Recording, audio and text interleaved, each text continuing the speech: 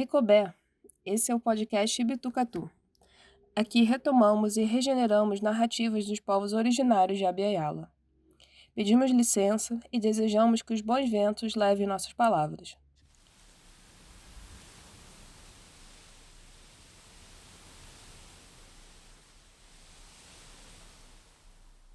Me chamo Caribi e hoje vou mediar a conversa com Vicky Nernencaelo Tsingualito. Vicky, pronomes elo e ele, tem 28 anos, foi imigrante mexicana, é transmasculino e descende do povo Nahua, também é autista. Morou 3 anos no Brasil para fazer mestrado e teve acesso à terapia hormonal pelo SUS. É formado em pedagogia pela UNAM e mestre em integração latino-americana pelo PROLAN, na USP. Pesquisa racismo, colonialidade de gênero, transancestralidade e deficiência. Então, boa tarde ou bom dia, não sei quando vocês vão ouvir isso aqui. Primeiro do que nada, agradecer o convite do parente Okara. E o povo Nagua é uma etnia que fica, bom, que teve origem na parte central do México e também se estendeu por toda a região da América Central. A língua principal o náhuatl, e foi tipo, bom, de acordo com os historiadores, foi considerado um império porque foi um grupo que dominou outras etnias, então já tinha alguns tipos de guerras, de conflitos antes da colonização. Então tem. E quando chegou a colonização europeia, ficaram grupos meio que de conflito dentro do império, porque tinha conflito de interesses entre os náhuas que escravizavam outras pessoas náhuas de outras regiões. Então, tipo, os espanhóis lograram fazer, tipo, irmãos brigarem, e aí fortaleceu a guerra de modo que os espanhóis venceram, né? Invadiram, conquistaram o território, e foi assim que chegamos até os dias de hoje, né? Então é por isso que tem, por exemplo, os náhuas. Tipo, é uma coisa muito doida, gente, porque tem aqui no México, onde eu tô agora, eu morei no Brasil 3 anos, né? Então eu voltei para o México ano passado e eu visitei uns parentes náhuas também, mas na região que seria tipo Tlaxcala, que é tipo um outro estado pertinho da cidade do México. Então, eles conservam sobrenomes náhuas intactos. Só que tem náhuas, por exemplo, de onde eu tenho ascendência náhua, por parte do meu pai, que não conservamos o nosso sobrenome náhua, porque fomos o grupo que ficou submetido pelo outro grupo que dominou em parceria junto com os espanhóis. Então, por isso, quem conserva, os náhuas que conservaram o sobrenome náhua, pertence àquele grupo que dominou após a colonização. Então, tem aí uma briga muito, muito doida, mas, bom, inclusive, fica complicado, né? Assim, é que você é náhua de Tlaxcala, né? Ah, não, é que eu sou náhua de Puebla, eu sou náhua. Tem Huasteca Potosina, Huasteca Veracruzana, Huasteca Hidalguense, e tem Tlaxcala, que é tipo uma coisa à parte, né? Que foi o grupo que dominou depois junto com os espanhóis. Então, fica complicado. Acho que por causa disso que fica complicado unir o movimento indígena, principalmente entre as etnias náhuas aqui dentro do México, e acho que por causa disso que tem maior resistência indígena na região sul do México, com os que seriam os herdeiros do movimento zapatista. Então, alguns povos na rua fizeram alguns pactos com os colonizadores, é isso que você está dizendo? exatamente. Inclusive tem a famosíssima lenda da Malintzin, que é tipo que era uma mulher indígena. Bom, descrevem ela como uma mulher indígena. A gente não sabe, né, qual era a identidade de gênero dela, mas Malintzin era uma políglota, uma mulher indígena políglota que dominava, bom, que sabia falar, né, muitas línguas originárias de diferentes etnias, porque ela foi escravizada no Império Azteca. Então, ela pertence a outros grupos e por isso que ela fez uma aliança estratégica com os espanhóis e conseguiu juntar aliados para, junto com os espanhóis, vencer o Império Azteca. Uhum, Essa é a versão mais oficial, mas também uma coisa muito doida do patriarcado é que sempre ficam culpabilizando ela por causa de todos os nossos problemas atuais, o que eu acho uma coisa muito eh, nada objetiva, né? Tipo, é uma coisa muito patriarcal mesmo, tipo, botar toda a culpa do problema numa mulher. uhum, sim. Então, não é bem assim, só que também por causa disso, essa história deu origem à lenda atual da Llorona, que é uma lenda de uma pessoa que traiu os filhos, que faz essa metáfora, né, de trair o seu próprio povo. Só que não foi bem assim, porque ela era escrava, né? Uhum, Então, fica essa lenda. Tem várias versões da lenda da Llorona, não tem uma versão única nem oficial, tem muitas versões. Inclusive depende de cada estado, né? Cada estado tem uma Llorona diferente. Llorona em espanhol quer dizer a pessoa que chora, né? Uma pessoa que fica se lamentando, tipo um fantasma, que principalmente nesta época do Dia dos Mortos, fica assustando as pessoas na rua e aparece em regiões com muita água também. Então tem muitas versões. Tem versões de que afogou os próprios filhos, que eram filhos do espanhol, do capitão Hernán Cortés. Mas também, assim, tem muitas versões, é o que eu falei, né? Quase cada município, quase cada comunidade tem uma Llorona diferente. Então é engraçado, uhum. curioso. Desviando um pouquinho do assunto, eu lembrei que você já me contou um pouco sobre o Dia dos Mortos no México, como é um dia importante. E aí, não sei, de repente você poderia contar um pouquinho do que é essa tradição e por que que ela é tão forte para vocês. Eu adoro explicar o Dia dos Mortos para as pessoas indígenas, quanto não indígenas do Brasil e da América Latina no geral, porque cada comunidade, cada país, cada etnia celebra essas datas de formas diferentes. Então, tem a tradição de celebração do Dia dos Mortos mais originária, que tem a ver sempre com com a montagem de um altar dentro de casa, com os alimentos favoritos, os prediletos das pessoas queridas por você, dos seus falecidos, falecidas ou falecidos. Então, por exemplo, se você, o cara, gostava muito de beber cerveja numa festa, ou se era uma coisa que representava você, ou se você gostava simplesmente de comer pipoca ou comer sementes, então o que vai aparecer no altar, de acordo com como os seus familiares ou amigos conheciam você, vão colocar a sua comida favorita, predileta, no altar. Também tem uma flor, que é tipo o cravo de defunto, só que aqui no México é só laranja. Então essa flor representa a passagem dos mortos ou das pessoas falecidas quando vão para o além. Então aí você com os pétalos, né, com as partes da flor, você faz um caminho, fica muito cheiroso. A casa fica cheirando maravilhosamente. De jeito natural, né? Porque não é nenhum tipo de aromatizante artificial nem nada.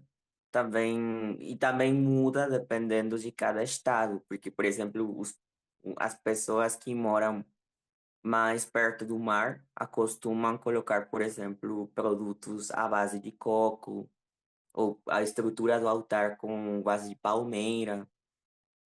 E as pessoas que somos mais de montanha, colocar mais coisas com, tipo, folha de milho, cacto, e várias coisas. Sempre colocar velas também à noite, o que pode ser perigoso, né? Porque também à noite pode ocorrer um acidente, né? De fazer incêndio. Então, por isso é importante colocar um pouquinho de água perto das velas, caso uma vela cair perto da água, né? E também, mais o que? Ah, uma foto. Se você tiver fotos dos seus falecidos, falecidas, falecidos, colocar uma foto no altar é importante, mas também pode ser qualquer objeto que represente você. Então, essa é a tradição com raízes mais originárias, mas também, após a colonização, apareceram outras práticas que não existiam antes, por exemplo, a escrita de poesia sobre a sua morte de um jeito engraçado. Isso não tem registros de ser uma tradição propriamente indígena, mas é uma tradição muito engraçada do povo mexicano no geral, no qual você tem que escrever um poema sobre, por exemplo, a sua morte, o cara, de um jeito engraçado. Tem que ser engraçado. E é tipo uma prática para ver a morte como uma irmã, para ver a morte como parte da vida, para fechar ciclos. E uma coisa importante também, tem um calendário, então os primeiros em chegar, em voltar do além, os primeiros seres são os seus animais de estimação. Então, por exemplo, se você tinha cachorro, esse vai ser seu guia para o além. Então, por isso é importante tratar bem os animais, porque se você for uma pessoa ruim em vida com os animais, você não vai conseguir passar para o além. Então, eu acho isso é maravilhoso para nós, porque é uma conexão muito forte com os animais, com a natureza também, por causa das flores que colocamos no chão. Mas e que temos que cuidar durante todo o ano, porque tem pessoas que têm seus cravos de defunto em cada porta, no jardim, em lugares onde tem área verde. Porque todo o México fica laranja, de jeito natural, nestas datas, tudo fica laranja por causa dessas flores. Mas é isso, né? Os animais são muito importantes para nós. E também fazemos umas estruturas gigantes de papelão de diferentes partes de animais. Tipo, você pode escolher cabeça de salamandra, que é um animal muito sagrado para nós, né? A salamandra, que a gente chama de ajolote, ou axolote, que é tipo o deus do inframundo, o deus que fica cuidando das águas mais profundas. Quetzalcoatl é o deus do vento, do ar, é seu irmão, né? Então, e também você pode colocar patas de galinha. Então, cada criança faz uma figurinha com diferentes partes de animais, porque também representa como os animais são os nossos guias para além. Então, é a minha data favorita da vida. Mesmo que eu for para qualquer outro país, eu não vou parar de celebrar essa data, porque para mim faz parte da minha cultura. Belíssimo, parente. Realmente, eu acho que os brasileiros poderiam aprender essa tradição. Acho que seria bem saudável. Eu acho. Quando eu fiz essas oficinas com brasileiros, as pessoas brasileiras, minhas amigas brasileiras, amigues, ficavam chorando, porque são festas muito terapêuticas. São festas, é um calendário para relembrar. Inclusive, tem uma data específica para celebrar a morte, ou comemorar, né? Porque não é exatamente celebrar, mas comemorar a morte de pessoas que faleceram num acidente. Então, depois dos animais, eles são os segundos em voltar, as pessoas que faleceram num acidente, porque tem muita violência, e também tem o altar que a gente coloca por causa dos transfeminicídios, Então, por exemplo, relembrar, né, que as pessoas trans são assassinadas também neste país, né? O México é o segundo lugar com maior número de transfeminicídios na América Latina, após o Brasil. Não é um top 5 nada feliz, né, para nós. Mas a gente coloca também o altar e relembra que as pessoas que faleceram num acidente, numa situação de violência, vão votar primeiro, porque têm o direito de celebrar primeiro um dia adicional conosco, para nós abraçar e conversar sobre essa situação difícil. Hum, é bem emocionante mesmo. Sim, eu adoro. E aí, uma pergunta que eu queria fazer, voltando pro tema anterior, é que o povo narro às vezes é chamado de asteca, é isso? Ou por que que isso acontece? Porque era um império, só que depois virou, da colonização, o Império Azteca ficou dividido em várias partes. Tipo a comunidade cigana, né? Que migraram, né? Se movimentaram a diferentes partes do mundo. Só que aqui, no caso específico do povo Nahua, ficou fragmentado. Tipo, teve parentes que foram muito pro norte, quase que nos Estados Unidos. Teve pessoas Nahua que foram mais para a floresta de Chiapas, né? Junto com os parentes de outras etnias. Quase que chegando em Guerrero, Oaxaca, junto com, por exemplo, o povo das Muxes, o povo zapoteca, né? Quase por lá, que é mais para o sul. Teve também parentes que foram mais para a parte do Caribe. Então, depende muito. É por isso que tem o Azteca de São Luís, Potosí, que é mais para o norte. O Azteca Veracruzana, que é mais para o Caribe. O Azteca Hidalguense, que é mais tipo um sertão mexicano. Mas, tipo, é mesmo, é quase que um deserto por lá. Que é de onde veio o meu avô, por exemplo. Então, eu venho mais da região do deserto, né? Eu lembro muito do pai do meu pai cortando cacto e tratando os cactos como uma planta muito sagrada para a gente. Então, é uma parte essencial da minha cultura, né? Também essa parte do deserto. É uma área onde tem muito vento e, e seria, acho que, os principais povos. Então, tem pessoas náhuas de diferentes regiões também. E também a língua muda muito. Tem palavras que a gente não consegue reconhecer, mesmo falando a mesma língua náhua. Uhum. Interessante. Então, aí você tinha comentado dos cactos, e eu lembro que a gente também já conversou sobre isso. Tem algo que você pode compartilhar com a gente sobre o uso dos cactos, a relação, essa relação ancestral com os cactos, também o alimento com os cactos, né? Eu acho que uma das plantas mais sagradas, bom, assim tem várias, né? Mas uma das mais sagradas, ou mais presentes, né? Talvez na minha vida é a babosa, que a gente chama de, bom, que tem vários nomes, né? Ao redor do mundo, mas que teve origem do lado de cá. E é tipo, tem pessoas que chamam de sábila, aloe vera, então a babosa era tipo uma medicina ancestral para os guerreiros, porque, tipo, mesmo quando, por exemplo, todas essas coisas que eu tô contando vêm de registros feitos por colonizadores, porque quase muita pouca coisa ficou registrada pelas próprias pessoas indígenas por causa da falta de escrita em latim, né?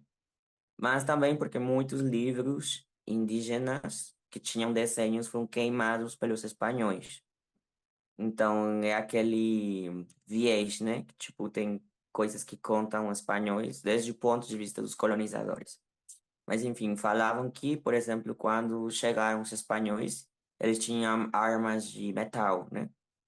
Então eles cortavam braços indígenas dos guerreiros, mas o jeito, como tinha umas babosas gigantes, o jeito de sarar aquelas feridas, mesmo as mais profundas, era só colocando babosa, aquelas folhas gigantes ao redor do braço e ficar assim a noite inteira para a ferida sarar.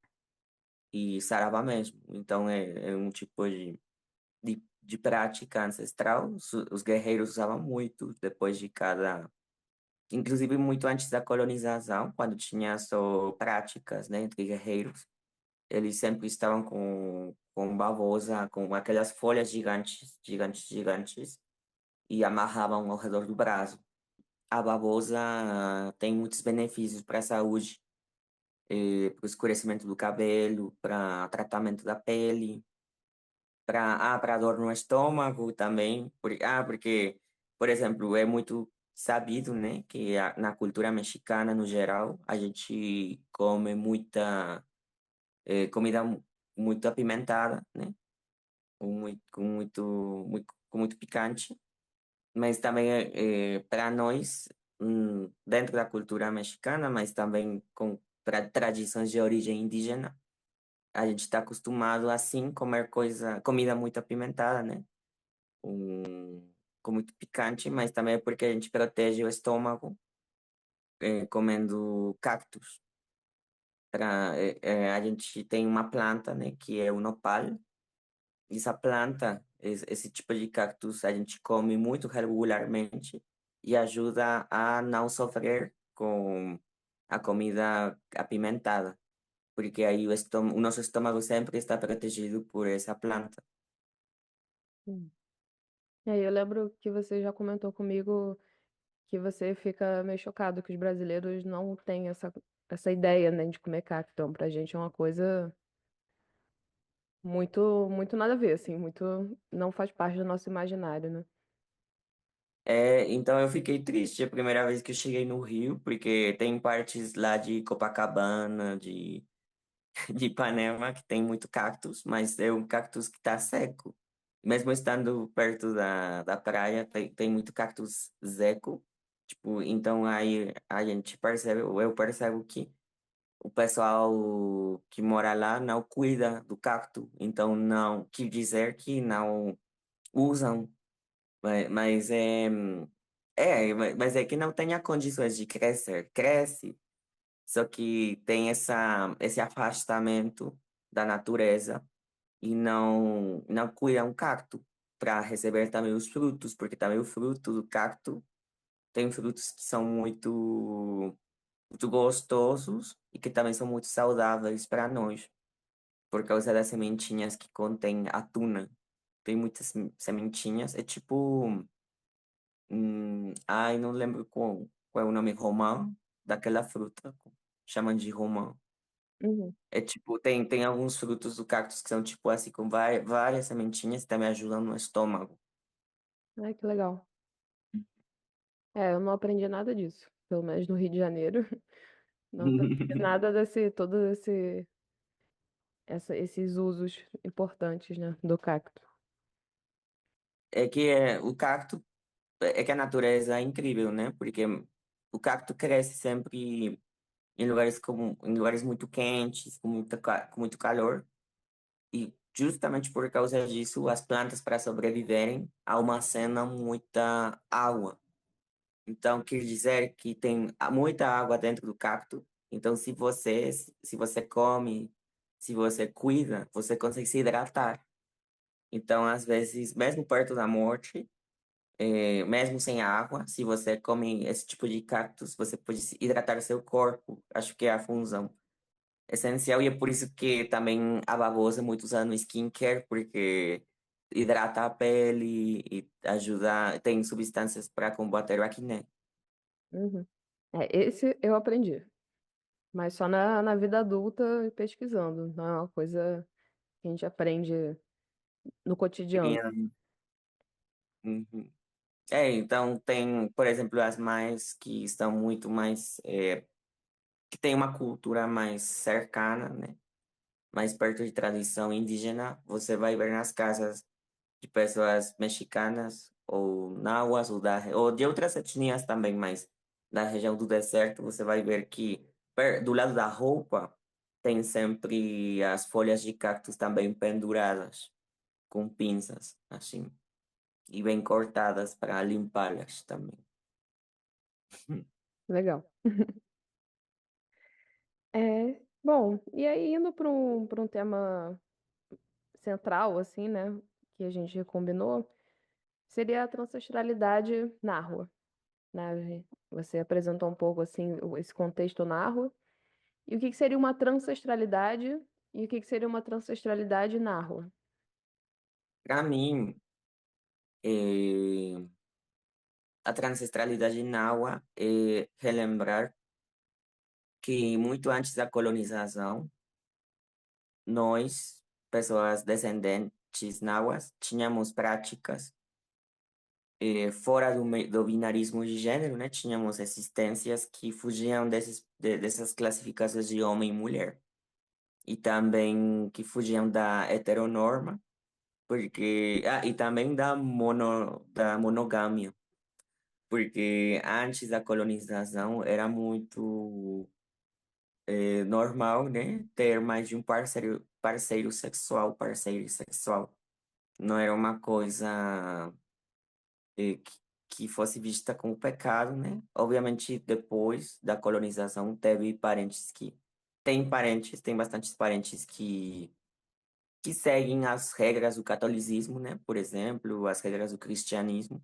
Então, mesmo sendo também parentes, já não praticam formas não monógamas de se relacionarem, mas depende muito da sua origem, né? E também da sua história de vida.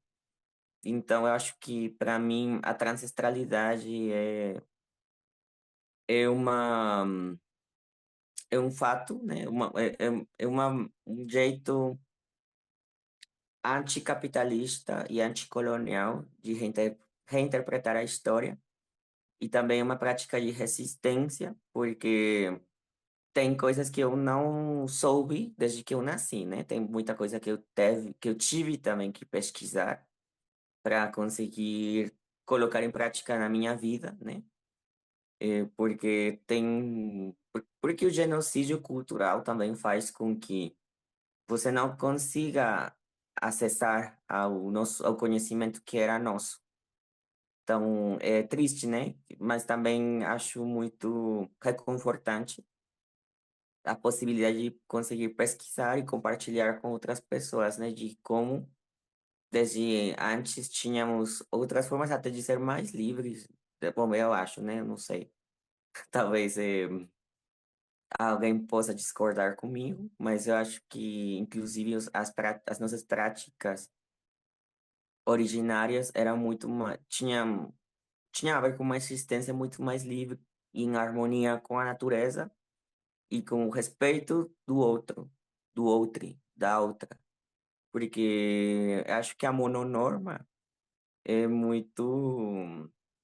É você enxergar a pessoa como se fosse sua pose, um objeto, incluso com os animais, né? Já falando também um pouco de antiespecismo, tipo de você pensar nos animais como se fossem da sua propriedade, as pessoas. E depois do patriarcado, só olhar as mulheres como se fossem, ainda pior, né? Olhar as mulheres como objetos ou pessoas que expressam uma feminilidade maior como objetos sexuais. E, na verdade, os nossos ancestrais praticavam jeitos muito diferentes de se relacionar, inclusive com a terra. Então, inclusive, o jeito que você caminha sobre a terra, o jeito de você esculpir na terra, também depende muito de como do seu respeito da terra, do seu respeito com os outros e do seu respeito com os animais.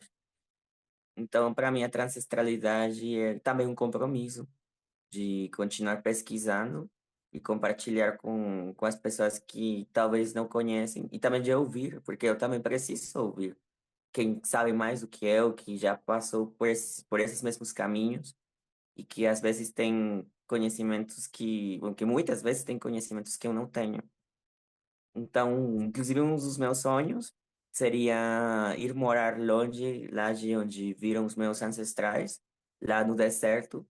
Só que por causa do capitalismo eu não posso ir morar no deserto, porque então eu ficaria sem trabalho, então seria muito complicado conseguir um jeito de me manter dentro do capitalismo. Mas assim que eu conseguir, eu faria isso. Eu iria para a terra dos meus ancestrais para me nutrir desse conhecimento do qual eu me afastei por causa do capitalismo, do cristianismo e da colonização.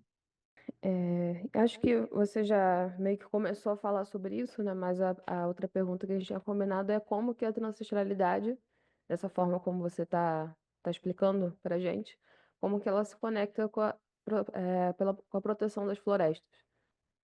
Eu acho que tem tudo a ver, né? Por isso que é dentro do movimento indígena do Brasil, e da América Latina e do México, a gente fala que o futuro é ancestral, porque a gente precisa urgentemente parar de ver a Terra como um objeto que não tem vida, porque tem muita vida lá fora, aqui dentro, dentro da gente, tem muita vida. Então é uma falta de respeito, o simples fato de ignorar esses tipos de vida e, e também de simplesmente ignorar, de não sentar e observar como é que os passarinhos vivem, como é que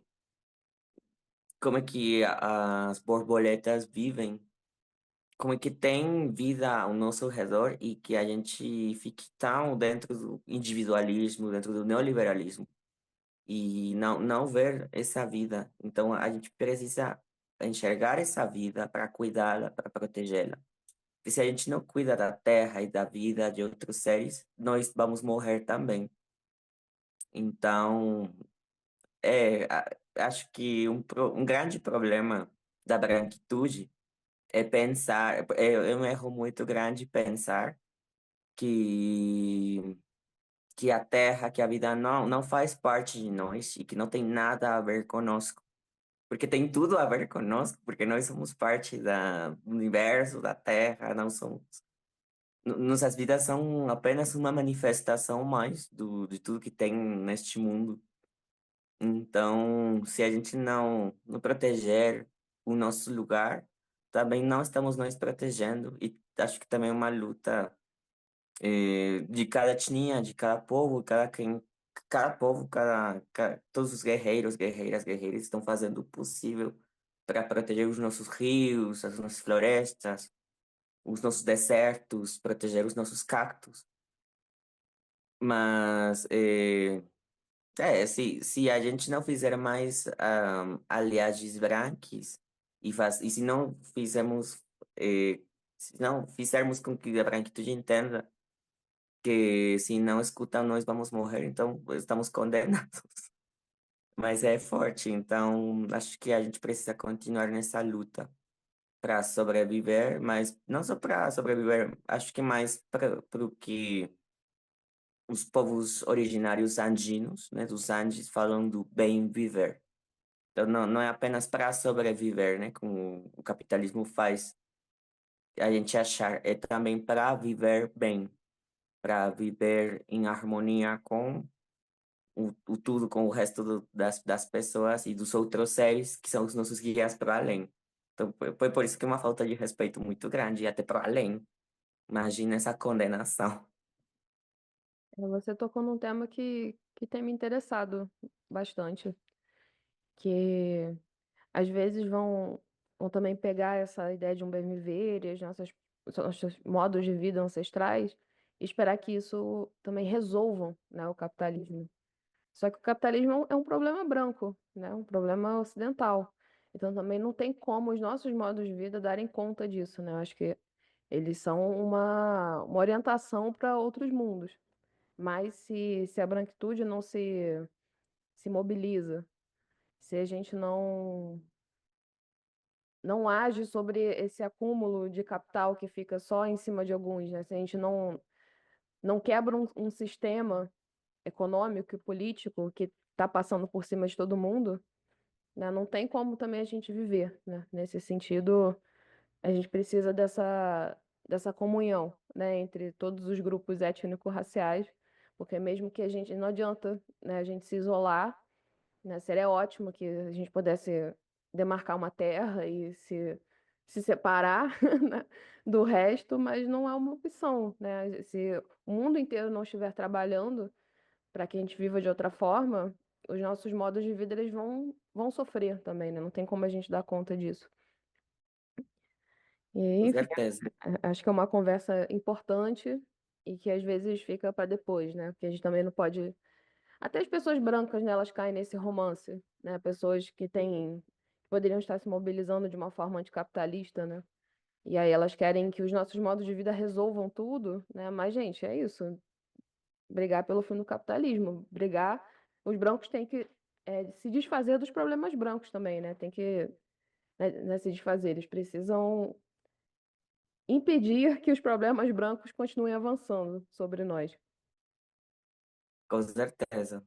Então, é por isso que a luta de ocupação de espaços de parentes dentro de espaços que tradicionalmente eram reservados apenas para pessoas brancas também é importante, né? O acesso de indígenas na universidade, espaços de trabalho, porque, por exemplo, somente na área da biologia, né? Falo mais nesse sentido porque no meu último trabalho eu fui ativista ambiental.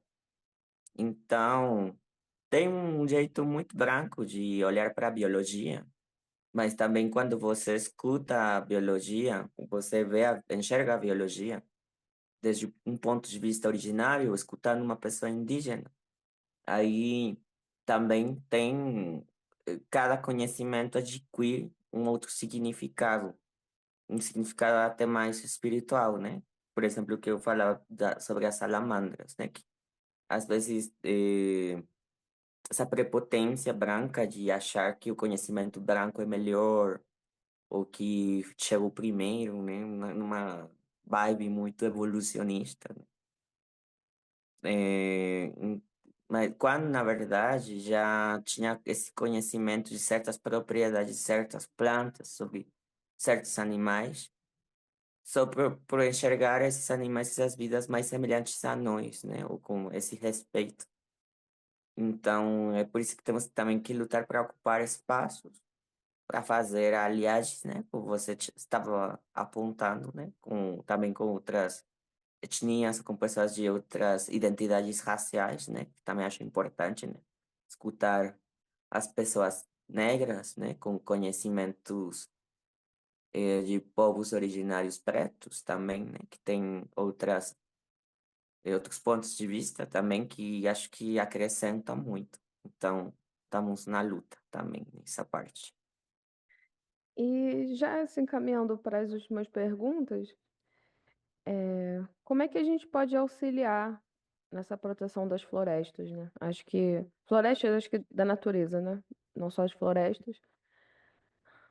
A gente já falou um pouco disso, mas se você, eu entendi que você tá, estava ou está trabalhando com isso, né? E o que que você poderia orientar para quem está ouvindo aqui, como é que a gente pode agir, nós, pessoas normais, individualmente, e nós, coletivamente, né? Quando a gente se organiza. Acho que talvez um dos primeiros passos, também não quero colocar como uma receita, porque que a gente, o que temos que fazer é nós apropriar de receita e fazer o que a gente achar melhor na vida às vezes, né? Mas eu acho que um dos passos mais importantes é questionar tudo. Porque, por exemplo, tem megaprojetos muito grandes aqui no México de destruição da floresta. Megaprojetos, eu falo tipo o famosíssimo Trem Maia, ferrocarril Maia, não sei como é que esteja sendo traduzido para lá, para o Brasil. Mas foi uma polêmica muito grande, o megaprojeto do Trem Maia, porque foi o presidente Andrés Manuel López Obrador, né, do partido Morena, que liderou aquele projeto, só que ele não quis ouvir comunidades indígenas, ele não quis ouvir ativistas ambientais. Então, Então, por que isso é grave, né? Porque é um megaprojeto que foi construído em cima de regiões sagradas para as etnias maias. Então, esse chão, esse tipo de solo é muito instável, porque é uma região de tipo Pantanal, sabe? Tipo pantano, tipo com uma região de muitos jacarés, de onça, desse tipo de natureza. Então é um risco muito grande, tanto para pessoas indígenas, quanto também para pessoas brancas, não indígenas, que vão usar aquele trem, porque se o trem cair, aí vai ter um acidente só por causa daquela vontade de querer, de procurar o dinheiro rápido, o dinheiro fácil, e também de procurar. Isso mesmo, tipo, eh, se enriquecer, né, com projetos tão grandes, que na verdade, o que a gente fala das pessoas que nós protegemos a natureza, a gente sempre fala que não necessariamente o desenvolvimento tem que estar contra a natureza, porque tem muitas pessoas que defenderam aquele projeto que falam tipo assim, mas é que esse projeto é necessário porque vai ser fonte de emprego para as próprias comunidades, até próprios parentes também falando assim de não, é que esse projeto vai nos dar trabalho, vai trazer turismo, mas pois é, vai trazer turismo, só que vai trazer turismo com gentrificação, com uma série de práticas que não vão nos beneficiar de um jeito legal. Pode ser que seja a fonte de emprego, sim, mas quais tipos de emprego? Então, assim, meu convite para proteger as florestas, mesmo se você é uma pessoa indígena ou não indígena, é questionar tudo, questionar se realmente os projetos, as nossas práticas estão sendo para quê, né? Para qual tipo de desenvolvimento? Estão beneficiando quem? Então, eu acho que é importante questionar tudo e nos organizarmos e fazer alguma coisa, porque também não adianta nós questionar e não fazer nada. Que tem pessoas brilhantes, né, que questionam tudo, efetivamente, tipo filósofos, mas se não fazem nada, então tanto faz, fica igual na política e no mundo, na ação, do que a pessoa que não questionou nada nunca. Então é questionar e acionar para proteger as florestas. Tem muitos jeitos de fazer coisas pela natureza, tem leis se construindo, se aprovando, tem participação cidadã, mas também o simples fato de você plantar uma árvore na sua casa pode fazer toda a diferença para você e para os animais ao redor. Então, tem muitas coisas que a gente pode fazer. Reutilizar envases, tem muitas coisas que a gente pode fazer. Pessoal, acionar. Uhum. Você me lembrou do que o Nego Bispo fala. Conhece o Nego Bispo? Conheço, conheço. E ele fala que os brancos eles desenvolvem, né? E a gente se envolve, né? Pois Os é. brancos eles procuram esse desenvolvimento e se desenvolve humanisticamente, né? A gente se envolve organicamente. E você também me faz pensar como é importante que a gente tenha projetos políticos, né? Porque eu acho que talvez nós que ficamos nessa contra-hegemonia, nas esquerdas, né? A gente critica bastante, né? A gente tem um senso crítico muito bom, mas às vezes ainda fica um pouco. E aí, como é que a gente vai agir, né? Qual é o nosso projeto? Qual é o nosso caminho para mudar isso? Não adianta só a gente dizer que isso aqui é errado, tá ruim, que é a colonialidade, mas e aí, para onde a gente vai? E como a gente vai? Mais do que. Porque eu acho que todo mundo quer. Não sei se eu posso dizer todo mundo, mas eu acho que nós duas, pelo menos, queremos o fim do capitalismo, né? Mas como é que a gente chega lá? Qual é o projeto? Exato. E é difícil, tipo, não é uma coisa rápida, mas acho bem melhor do que fazer nada, sinceramente. Sim. Bom, então para a gente ir fechando, eu queria te fazer uma pergunta, voltando um pouco na transestralidade na rua, sobre aqueles termos que você compartilha às vezes, aqueles termos na rua específicos que falam de algumas identidades de gêneros que você aprendeu, né? Que eu acho que também foi uma retomada, esse- encontrar o registro desses termos.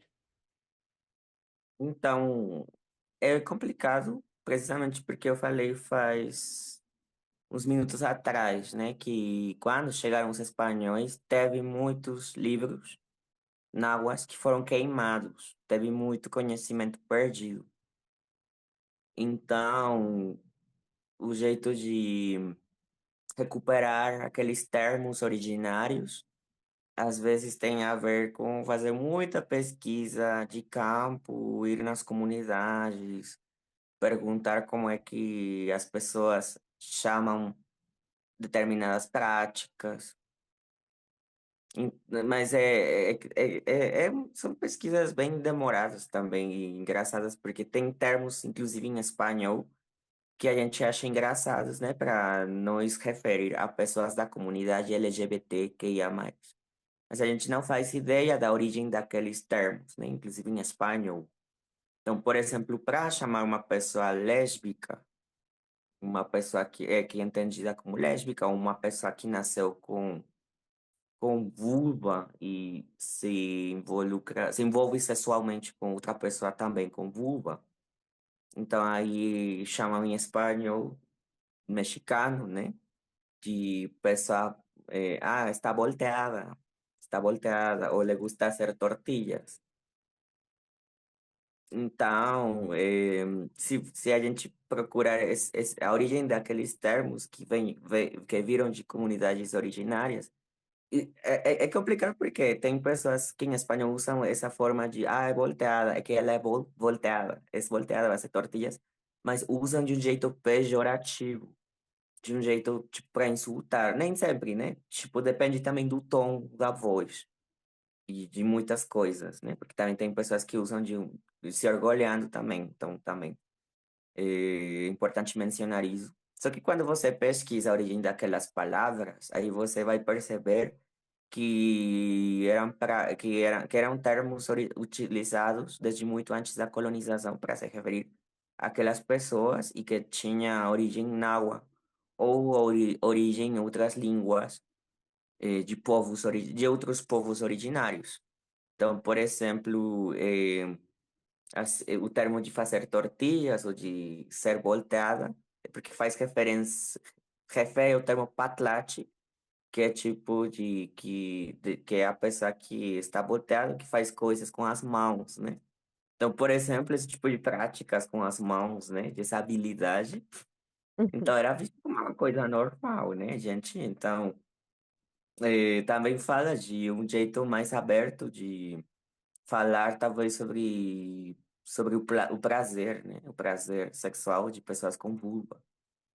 Tipo, de utilizar as mãos e não era visto como uma coisa vergonhosa, nem como uma coisa de pecado, uma coisa dentro do cristianismo. E a mesma coisa com Xochitl, que seria o termo mais utilizado, pelo que a gente sabe, né? Mas também é que não existia o termo homem e mulher, né?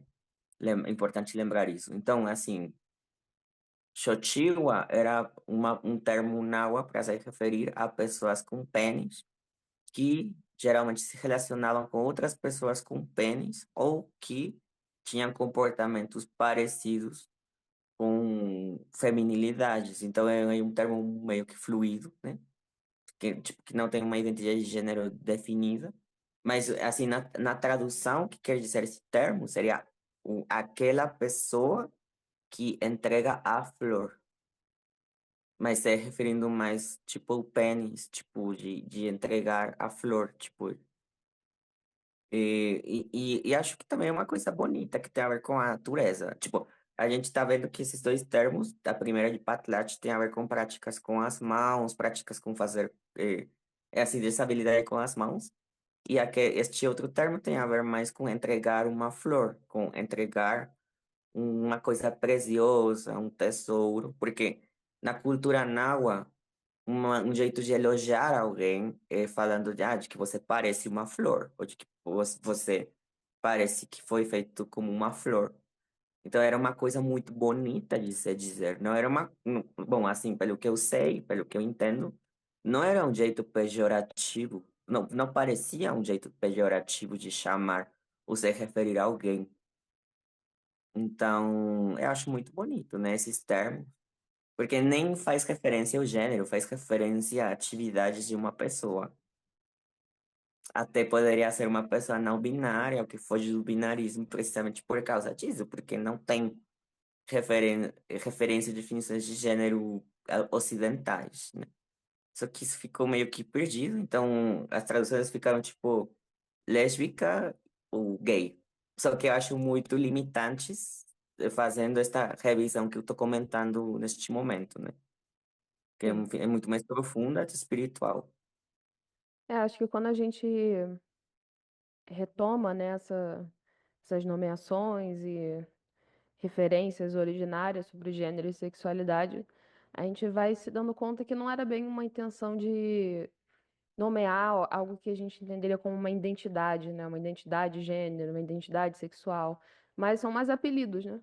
São nomes que se dão para práticas de existência. E para quem às vezes se aproxima da gente querendo dizer como é que os índios fazem, né? Aquela coisa. E como é que eram os nomes? E a gente fala uma coisa que era mais ampla, né? Com mais nuance. Aí tem uma frustração, mas eu acho que é justamente esse convite também de se retirar uma certa propriedade privada do gênero, né? Que não é sobre. Existiam essas pessoas que viviam dentro dessa identidade aqui específica. Não, eram várias coisas, vários seres, né? Poderiam ter essas práticas com as mãos e entregar flores, né? Então eram mais sobre, assim, tem um nome para certas práticas, mas não é exatamente o interesse categorizar, né, como o Ocidente categoriza as vidas. Exatamente, porque, como você está dizendo, o cara, era mais para. Eram termos para descrever uma prática de uma pessoa.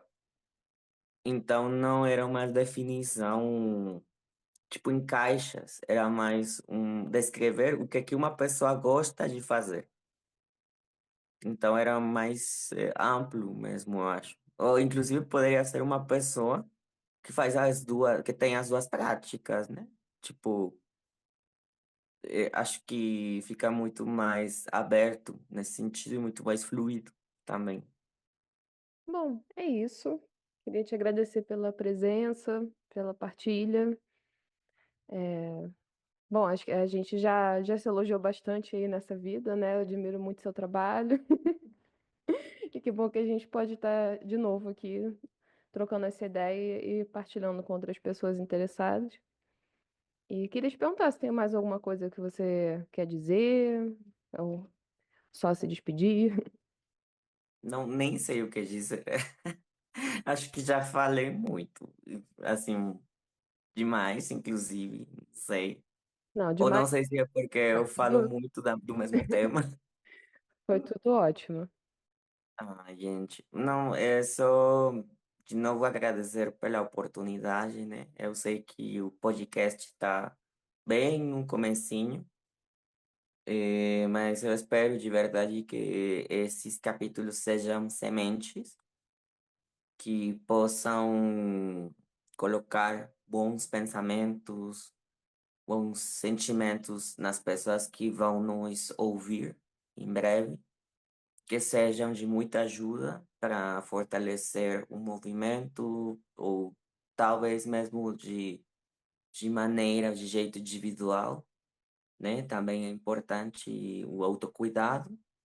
Então, eu espero que sejam sementes das nossas palavras que eu faço com muito carinho. Eu adoro o trabalho de Okara, adoro a pessoa de Okara, né?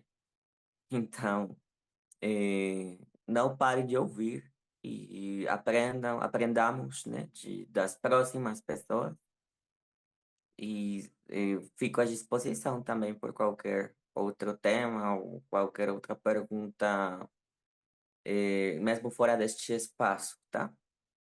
Então é isso. Lindo, parente, agradeço. Não sei se você sabe que o nome do podcast é Ibitucatu, e aí isso significa bons ventos, né? E a ideia é justamente essa, assim, que já esqueci, porque tem um bordão que eu falo no início, mas eu esqueci porque tem um tempo que eu não falo ele. Mas é que os bons ventos levem as nossas palavras, né? Que a gente é justamente essa ideia de que a gente possa semear alguma informação que pode ser, não sei, mexer com outras pessoas, né? Exato. Então, tá tudo certo. O nome do podcast faz honra ao seu próprio, essa própria função. Então, esperamos que os ventos possam levar nossas sementes. Então é isso.